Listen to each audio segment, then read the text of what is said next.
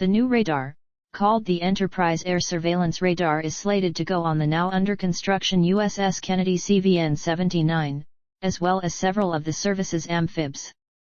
The Navy plans to test and operate a new, highly sensitive ship defense radar technology on its second Ford-class aircraft carrier to detect incoming enemy fire, anti-ship cruise missiles and airborne threats such as attacking drones, fixed-wing aircraft or helicopters. The new radar, called the Enterprise Air Surveillance Radar, or EASR, is slated to go on the now under construction USS Kennedy CVN 79, as well as several of the service's amphibs such as the LXR, and its third big deck America-class amphib, LHA-8. Testing is slated for next year and technical development of EASR is now underway, Navy officials said. Enterprise Air Surveillance Radar successfully conducted preliminary design review in March 2017 and is working towards critical design review in August 2017, Naval Sea Systems Command spokeswoman Christiane Witten told Scout Warrior in a written statement. Developmental testing is scheduled to start in 2018 for EASR, and is expected to conclude in late 2019. EASR uses gallium nitride GaN semiconductor technology and builds upon common hardware, software, and processing elements of the Navy's next-generation AN/SPY-6V, air and missile defense radar slated for the service's Flight 3 DDG-51 destroyers. EASR is a SPY-6 variant, using identical hardware, signal processing and data processing. EASR will have the additional capability of air traffic control radar, which ADMR does not have, a senior Navy official told reporters.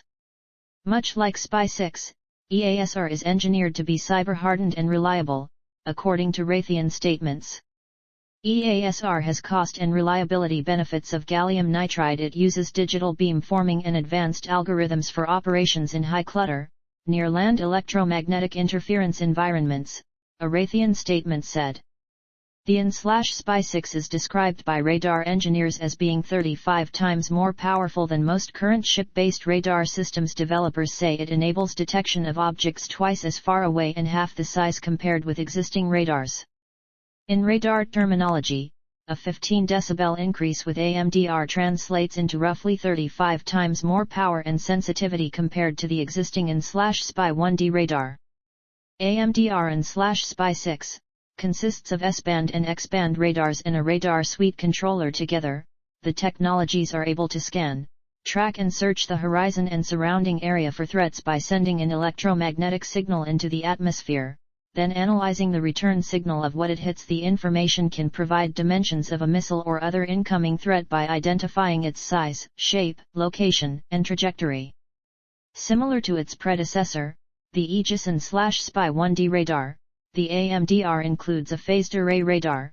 Navy officials said the S-band radar is engineered for long-range detection, whereas the X-band radar performs the over-the-horizon search capability, according to the service. AMDR is optimized for anti-air and ballistic missile defense missions but is also capable in the anti-surface and counter-battery arenas.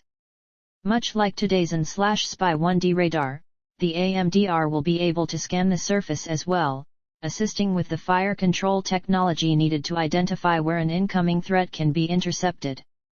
The idea with EASR and AMDR is to give ship commanders more time and decision-making abilities by identifying approaching threats and enemy attacks more precisely and at much farther distances. This phenomenon is naturally of great relevance in today's global threat environment, wherein potential adversaries are quickly developing longer-range, precision weaponry and electronic warfare systems. Giving commanders increased response time when under attack can save sailors' lives and multiply offensive and defensive mission possibilities. Furthermore, the need for more powerful radar is unambiguously strengthened by weapons developments now being pursued by potential U.S. adversaries such as lasers and possibly hypersonic enemy weapons in the future. The current Navy strategy hinges upon the recognition that providing needed advanced technology while establishing greater technical commonality better facilitates modernization and upgrades of radar systems across the fleet. Such an approach is also intended to improve sustainment, permit hardware to quickly integrate new software as threats emerge, and lower acquisition costs throughout the life cycle of the system. The decision for the new radar emerged out of a special radar commonality and affordability study conducted by the Navy, which looked at finding technologies that would work across multiple platforms. The EASR is being engineered as a phased array radar designed to be adaptive and rotate. For cost and cross-fleet commonality reasons, EASR was chosen as the future radars for carriers and amphibs, despite the fact that the first Ford-class carrier uses dual-band radar. Dual-band radar was originally slated to go on 27 new, high-tech DDG-1000 destroyers. However, when the Navy changed plans and only decided to procure 3 DDG-1000s, the price of dual-band radar went up, Navy developers explained.